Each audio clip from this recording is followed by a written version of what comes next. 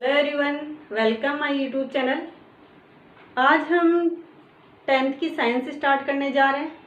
10th की science में वैसे तो जैसे कुछ चैप्टर है जो बायोलॉजी के हैं, कुछ चैप्टर उसके बाद केमिस्ट्री के, फिर कुछ हमें फिजिक्स के मिलेंगे और कुछ लास्ट में जो है इकोलॉजी के पढ़ने को मिलेंगे। सबसे पहला जो चैप्टर है बायोलॉजी का वो हम स्टार्ट करने जा रहे हैं। पहला चैप्टर है हमारा फूड एंड ह्यूमन हेल्थ, भोजन और मानव स्वास्थ्य। भोजन और मानव स्वास्थ्य चैप्टर हम शुरू कर रहे हैं, पहला चैप्टर 10th का। तो मानव स्वास्थ्य और भोजन, भोजन का जो है किसी भी सजीव के लिए कितना इम्पोर्टेंट रोल होता है सब जानते हैं कि प्रत्येक जो सजीव है वो अपने लाइफ साइकिल को चलाने के लिए, अपनी दैनिक क्रियाएं करने के लिए, या हम यूं कहें कि चाहे हम कुछ भी ना करें तो भी हमारे जो बॉडी है, हमारा जो शरीर है, उसके जो इंटरनल ऑर्गन है वो कंटिन्यूसली जो वर्क करते रहते हैं। उसके लिए हमें एनर्जी की रिक्वायरमेंट होती है और एनर्जी की रिक्वायरमेंट को जो है पूरा कौन करता है? भोजन करता है। यानी जो भी भोजन के रूप में हम बाहर से लेते हैं, खाते हैं, जो भी हम भोजन के रूप में लेते हैं उसका फिर अंदर जाने के बाद में डाइजेशन होता है और डाइजेशन के थ्रू जो कॉम्प्लेक्स फूड हमने लिया उसको सिंपल फूड में चेंज किया जाता है। फिर उसका अवशोषण होता है और अवशोषण के बाद में उसका यूटिलाइजेशन होता है, यानी शरीर उसको यूज करता है। एनर्जी ही नहीं, एनर्जी के अलावा भी जैसे कि हमें एनर्जी तो मिलती है भोजन से, जिससे कि हम सारे वर्क जो है कर पाते, सारे कार्य कर पाते।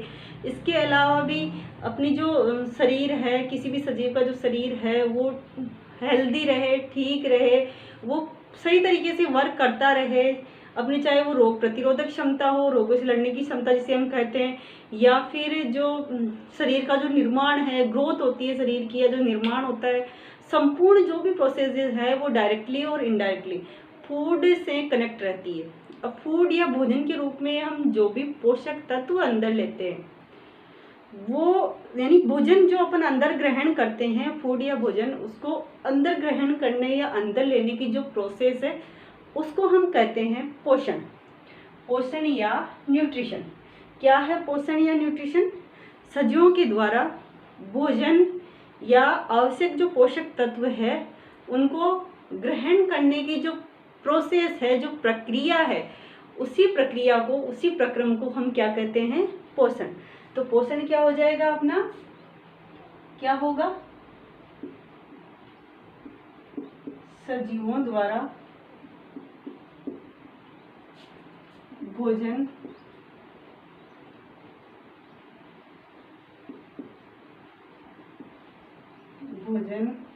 या पोषक तत्व, फूड कह सकते हैं या न्यूट्रिएंट कह सकते हैं, पोषक तत्व को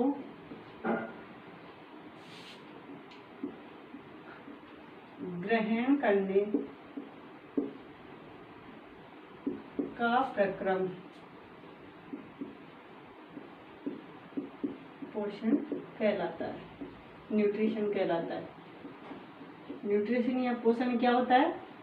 सजीवों द्वारा भोजन या पोषक तत्वों को, न्यूट्रिएंट को, यानी जो भी वो खाता है जिससे उसका शरीर जो है, उसके शरीर की रिक्वायरमेंट्स जो है, आवश्यकताएं जो है वो कंप्लीट होती है, वो सारा भोजन जो भी प्रकार का वो लेता है उसको अंदर लेने की जो प्रोसेस है वो क्या कहलाती है? पोषण कहलाती है। यानी कि पोषण की प्रक्रिया के थ्रू वो क्या लेता है? पोषक तत्वों को, भोजन को अंदर लेता है। तो ये हो गया पोषण। अब भोजन में जो हम कहते हैं कि भोजन या पोषक तत्वों को हम अंदर लेते हैं, हम का मतलब कोई भी सजीव, तो हम भी उसी में, तो मानव में, ह्यूमन में ही अपन पढ़ रहे हैं, तो ह्यूमन या मानव जो भी है वो भोजन या जो पोषक तत्व अंदर लेता है तो उसमें वो भोजन के रूप में क्या क्या लेता है, यानी उसके भोजन के जो घटक है वो कौन कौन से होते हैं। तो हम देखते हैं भोजन के घटक, या जिनको हम कहते हैं भोजन के अवयव। भोजन के अवयव कह दो या घटक, कौन कौन से होते हैं भोजन के घटक? तो कार्बोहाइड्रेट,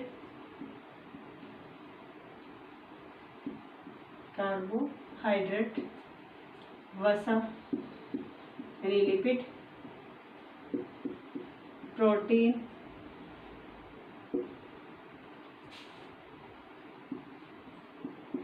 विटामिन,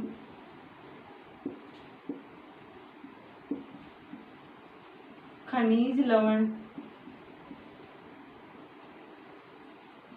जल और कुछ जो है फाइबर यानी रेसे। ये सारे क्या है?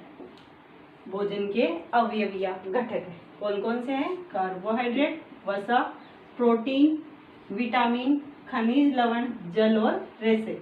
ये सारे क्या है? भोजन के घटक है। यानी कि अपन पोषण की प्रक्रिया में जिन पोषक तत्वों को अंदर लेते हैं उनमें क्या होते हैं? ये सारे होते हैं। भोजन में अपन क्या क्या लेते हैं? कार्बोहाइड्रेट लेते हैं, वसा, प्रोटीन, विटामिन, खनिज लवण, जल, रेसे आदि ये सारी चीजें अपन भोजन के रूप में लेते हैं। अब ये सब आप जानते ही हो, जैसे कि अनाज अपन खाते हैं तो उनमें क्या होता है? कार्बोहाइड्रेट होता है। चिकनाई वाली जो भी चीजें खाते हैं या चिकनाई युक्त जो भी बीज या जो भी पदार्थ अपन लेते हैं तो वो सारे क्या होते हैं? वसा होते हैं। प्रोटीन आप जानते हो, दाल, दूध, अंडा, मांस, उनमें हमें प्रोटीन मिल जाता है। विटामिन जो है सब्जियों, फलों आदि से हमें विटामिन मिलता है।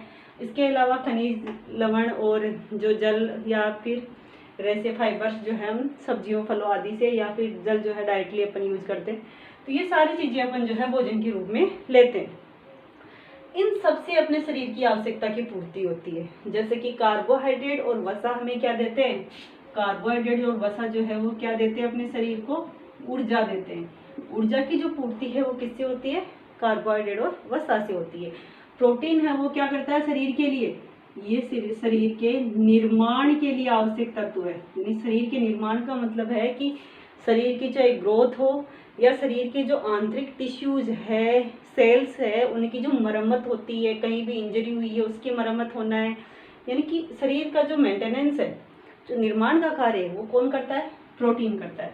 विटामिन और खनिज लवण ये जो है अपने शरीर की जो प्रतिरोधक क्षमता है या शरीर के जो अन्य कार्य हैं उनमें अपना रोल निभाते हैं। यानी कुल मिला के हम कह सकते हैं कि ये सारे के सारे जो घटक है भोजन के, जो तत्व है, जो अवयव है, वो सारे अपने शरीर के लिए आवश्यक होते हैं। यानी अपने भोजन में इन सभी की मात्रा, जो निश्चित मात्रा एक होती है, वो होनी चाहिए। सारे जो घटक है वो शरीर में भोजन के रूप में अपने शरीर में जाने चाहिए।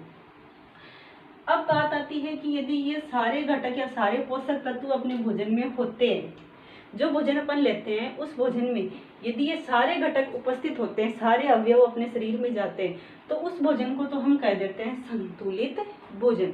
और यदि नहीं होते हैं, इनमें से कोई भी पोषक तत्व जो है उसकी कमी रह जाती है, वो हमें नहीं मिल पाता है भोजन में, तो उसे हम कहते हैं असंतुलित भोजन। और यदि लंबे समय तक व्यक्ति को असंतुलित भोजन मिलता है तो उस पोषक तत्व की वजह जो कमी हुई है, जो भी इनमें से कोई भी घटक जो भोजन में उसे नहीं मिला, जिसकी कमी हो जाती है, लंबे समय तक यदि ये कमी बनी रहती है तो उसका असर शरीर में किसी न किसी रोग या किसी अन्य रूप में देखने को मिलता है। तो आगे हम बात करते हैं संतुलित भोजन। संतुलित भोजन यानी कि बैलेंस फूड।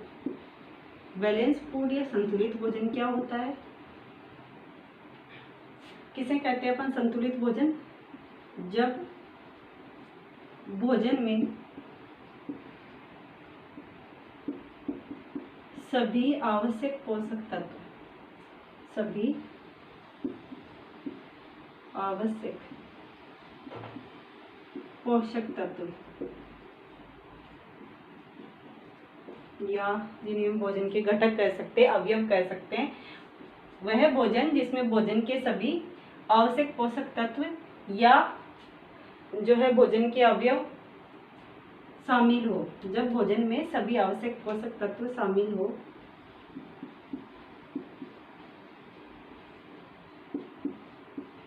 तो उसे हम क्या कहते हैं? संतुलित भोजन कहते हैं। अब सभी आवश्यक तत्व कौन से हैं? यानी जितनी मात्रा में, जब भोजन में सभी आवश्यक पोषक तत्व, यहाँ पर और जोड़ लो आवश्यक, उचित मात्रा में, जितनी मात्रा उनकी चाहिए,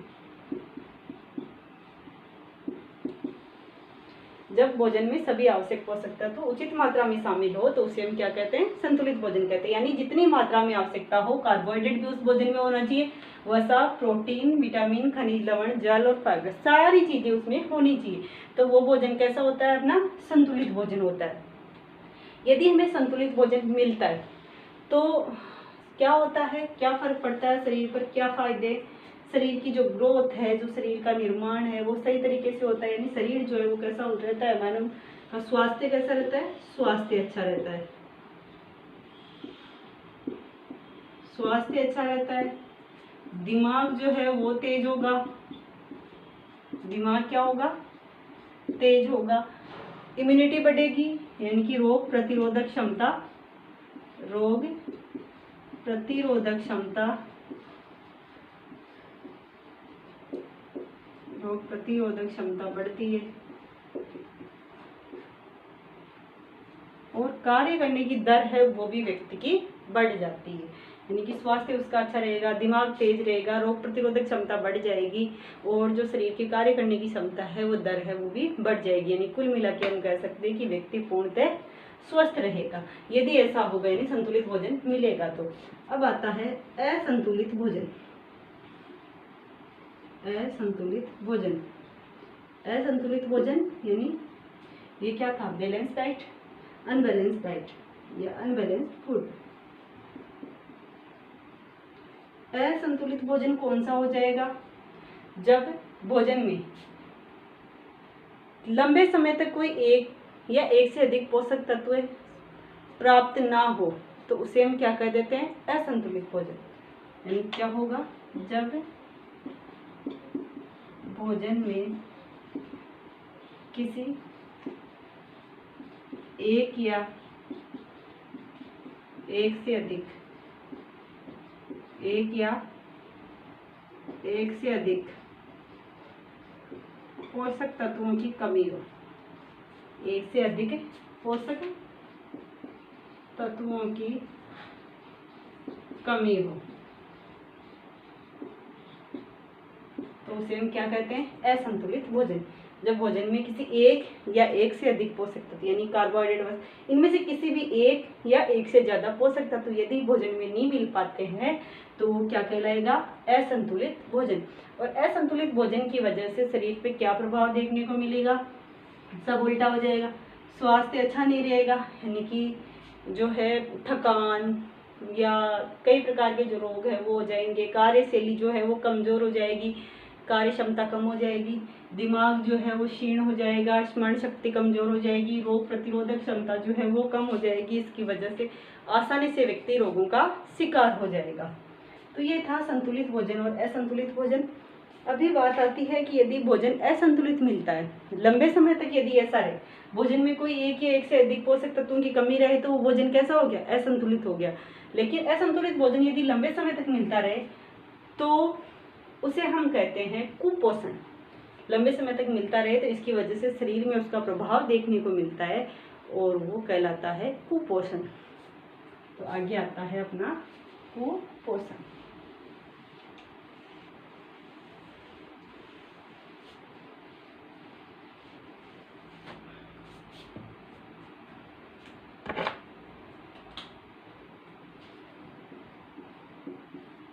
कुपोषण क्या होता है, कुपोषण यदि लंबे समय तक एक या एक से अधिक, लंबे समय तक एक या एक से अधिक पोषक तत्वों की भोजन में कमी रहे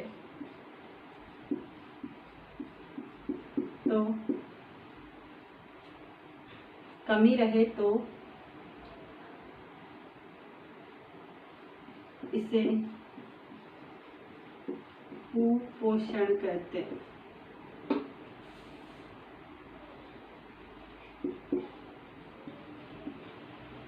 तथा इसका असर व्यक्ति के शरीर पर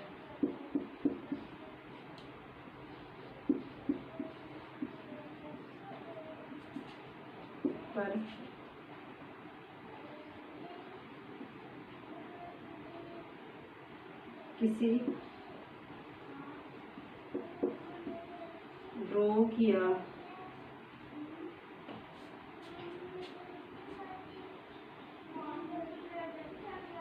कमी के रूप में प्रकट होता है।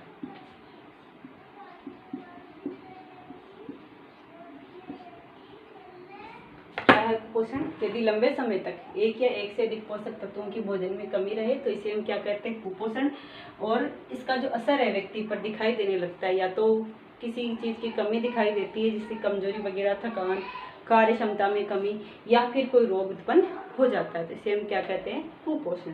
व्यक्ति जो है कुपोषित हो जाता है, कुपोषण का शिकार हो जाता है यदि कोई पोषक तत्व उसे लंबे समय तक ना मिले।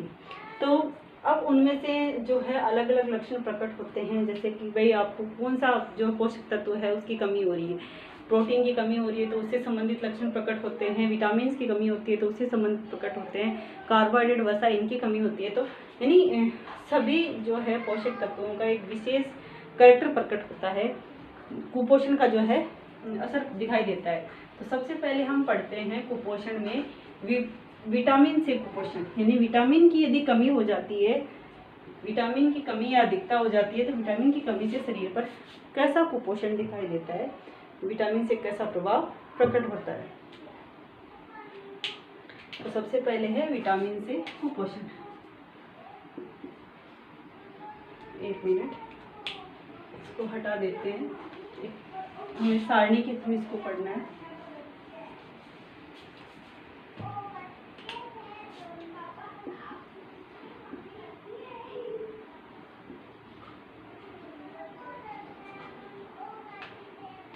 विटामिन से कुपोषण, विटामिन से कुपोषण अपन देखते हैं। इसमें देखते हैं कि सबसे पहले लिख लेते हैं विटामिन का नाम, एक सारणी के थ्रू पढ़ लेते हैं इसको। विटामिन का नाम, उसके बाद विटामिन का रासायनिक नाम, रासायनिक नाम, रोग का नाम, रोग का नाम, और कमी के लक्षण। हमें क्या पता चलेगा कि इसकी कमी हो रही है, कमी के लक्षण।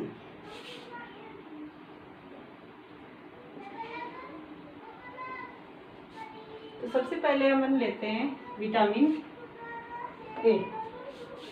विटामिन कौन सा है, विटामिन का नाम क्या है, विटामिन ए। विटामिन ए का रासायनिक नाम क्या है, रेटिनॉल। विटामिन ए का रासायनिक नाम क्या होगा, रेटिनॉल। विटामिन ए जिसका रासायनिक नाम है रेटिनॉल। और रेटिनॉल यानी विटामिन ए की कमी से कौन सा रोग हो जाता है, रतौंधी। रोग का नाम क्या है, रतौंधी। और रतौंधी रोग के लक्षण कैसे प्रकट होते हैं, यानी हमें कैसे पता चला कि विटामिन ए की कमी हो गई या रतौंधी रोग हो गया। क्योंकि रतौंधी रोग के रोगी को क्या हो जाएगा, प्रकाश में या रात में कम दिखाई देगा, कम दिखाई देना, कम दिखाई देगा उसे। यदि विटामिन ए की कमी हो जाएगी, विटामिन ए का रासायनिक नाम क्या होता है, रेटिनॉल, उससे कौन सा रोग हो जाएगा, रतौंधी रोग हो जाएगा। और रतौंधी की रोगी को क्या होगा, प्रकाश में या रात में कम दिखाई देता है। उसके बाद में दूसरा जो विटामिन है वो है विटामिन बी, विटामिन B1। और विटामिन जो B1 है इसमें इसका रासायनिक नाम क्या होता है, थायमीन। विटामिन B1 का रासायनिक नाम क्या है, थायमीन। और विटामिन B1 की कमी से कौन सा रोग हो जाता है, बेरी बेरी रोग, बेरी बेरी रोग हो जाता है। बेरी बेरी रोग हो जाता है तो व्यक्ति में कैसे लक्षण प्रकट होते हैं, हृदय की धड़कन जो है, हृदय धड़कन जो है वो कम या अधिक होने लगती है, और जो तंत्रिकाएं होती है या पेशियां होती है वो कमजोर हो जाती है। तंत्रिका और पेशियां कैसी हो जाती है? कमजोर हो जाती है। क्या लक्षण प्रकट होता है? हृदय की धड़कन जो है वो कम होने लगती है, और तंत्रिका और पेशियां कैसी हो जाती है? कमजोर हो जाती है। किसकी वजह से? विटामिन B1 की कमी से। अब है विटामिन B1 के बाद विटामिन B2। विटामिन B2, और विटामिन B2 का जो रासायनिक नाम है वो है राइबोफ्लेविन। राइबोफ्लेविन राइबोफ्लेविन से जो रोग, राइबोफ्लेविन रासायनिक संगठन वाला जो विटामिन B2 है, इससे जो रोग होता है वो है राइबोफ्लेविनोसिस।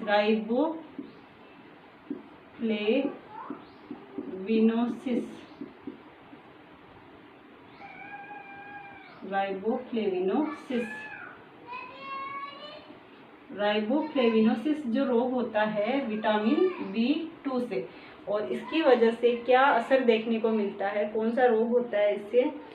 मुख के किनारे और होठों की जो त्वचा है वो फट जाती है। मुख के किनारे और होठों की त्वचा फट जाती है। मुख के किनारे व होठों की त्वचा फट जाती है, और जो मेमोरी है यानी स्मृति जो है, स्मरण शक्ति है, वो कम हो जाती है। स्मृति कैसी हो जाती है? कम हो जाती है। उसके बाद में है विटामिन B3।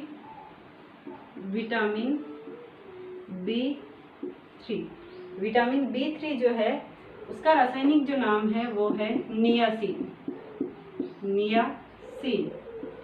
और विटामिन B3 की वजह से, जो कमी की वजह से होने वाला जो रोग है उसका नाम है पेलेग्रा। पेलेग्रा रोग हो जाता है विटामिन B3 की कमी से, और पेलेग्रा रोग की वजह से जीभ और त्वचा पर पपड़ियां बनने लग जाती है। जीभ व त्वचा पर क्या बनने लग जाती है? पपड़ी लाइक स्ट्रक्चर, यानी पपड़ियां सी बनने लग जाती है। पपड़ियां बनने लगती है। ये था विटामिन B3। इसके बाद में आता है विटामिन C। विटामिन C का जो रासायनिक नाम है वो है एस्कॉर्बिक अम्ल।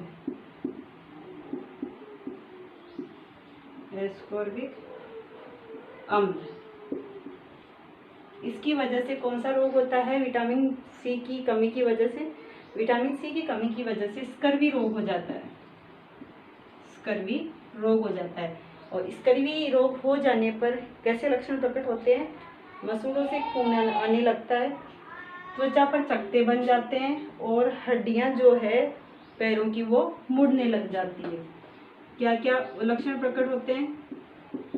मसूड़ों से खून आता है, खून आना, त्वचा पर चकत्ते बन जाते हैं, त्वचा पर चकत्ते बनना, और पैरों की जो हड्डियां हैं वो मुड़ करके पास आ जाती है। पैरों की हड्डियां मुड़कर पास आ जाती है। ये किसकी वजह से होता है? स्कर्वी रोग की वजह से। इसके बाद में लास्ट अपना विटामिन है इसमें विटामिन डी। और विटामिन डी जो है उसका रासायनिक नाम है कैल्सीफेरोल।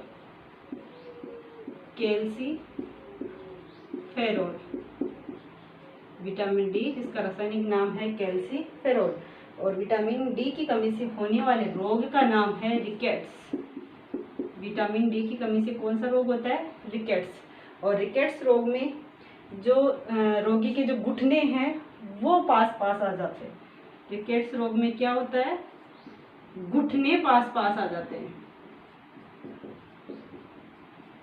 घुटने पास पास आ जाते हैं। तो ये थे कुछ विटामिन्स और उन विटामिन्स की कमी से होने वाले रोग। पहला विटामिन था विटामिन ए, रासायनिक नाम रेटिनॉल। रतौंधी रोग होता है और रतौंधी रोग हो जाता है तो उसे जैसे कि प्रकाश में एकदम से बाहर से प्रकाश में आया या फिर तेज प्रकाश में या फिर रात में अंधेरे में बिल्कुल दिखाई नहीं देता, कम दिखाई देता है। विटामिन B1 थायमिन इसका रासायनिक नाम होता है। इससे बेरी रोग होगा जिससे कि हृदय की धड़कन कम हो जाएगी, हार्ट बीट कम हो जाएगी और पेशियां और जो तंत्रिकाएं हैं उनकी गति भी धीमी हो जाएगी, वो भी कमजोर हो जाएगी। विटामिन B2 राइबोफ्लेविन इसका रासायनिक नाम है और राइबोफ्लेविनोसिस रोग हो जाता है। राइबोफ्लेविनोसिस जो रोग है उसकी वजह से क्या होता है, जो मुख होता है, मुख के जो किनारे होते हैं या जो होंठ होते हैं वो फटने लग जाते हैं और स्किन जो है स्किन पर भी चकत्ते बन जाते हैं, स्किन फटने लग जाती है और जो मेमोरी है, स्मृति है, स्मरण शक्ति है वो कमजोर होने लगती है। विटामिन जो अपना है B3 जिसमें नियासिन इसका रासायनिक नाम होता है। इससे पेलेग्रा बीमारी हो जाती है और पेलेग्रा बीमारी में जीभ और त्वचा जो है उस पर पपड़ियाँ जमने लग जाती है, पपड़ियाँ उतरती है, पपड़ियाँ दिखाई देती है। विटामिन सी में एस्कॉर्बिक अम्ल होता है, एस्कॉर्बिक अम्ल इसका रासायनिक नाम है और इससे स्कर्वी रोग हो जाता है। स्कर्वी रोग की वजह से मसूड़ों से खून आने लग जाता है तथा त्वचा पर चकत्ते बन जाते हैं। पैरों की जो हड्डियां हैं वो मुड़ करके पास पास आने लग जाती है। विटामिन डी इसमें इसका रासायनिक नाम जो है वो कैल्सीफेरोल है जिससे रिकेट्स रोग हो जाता है और रिकेट्स रोग में रोगी के घुटने पास पास आ जाते हैं। तो ये थे विटामिन की वजह से होने वाले कुपोषण। तो आज की क्लास में इतना ही। Thank you for watching.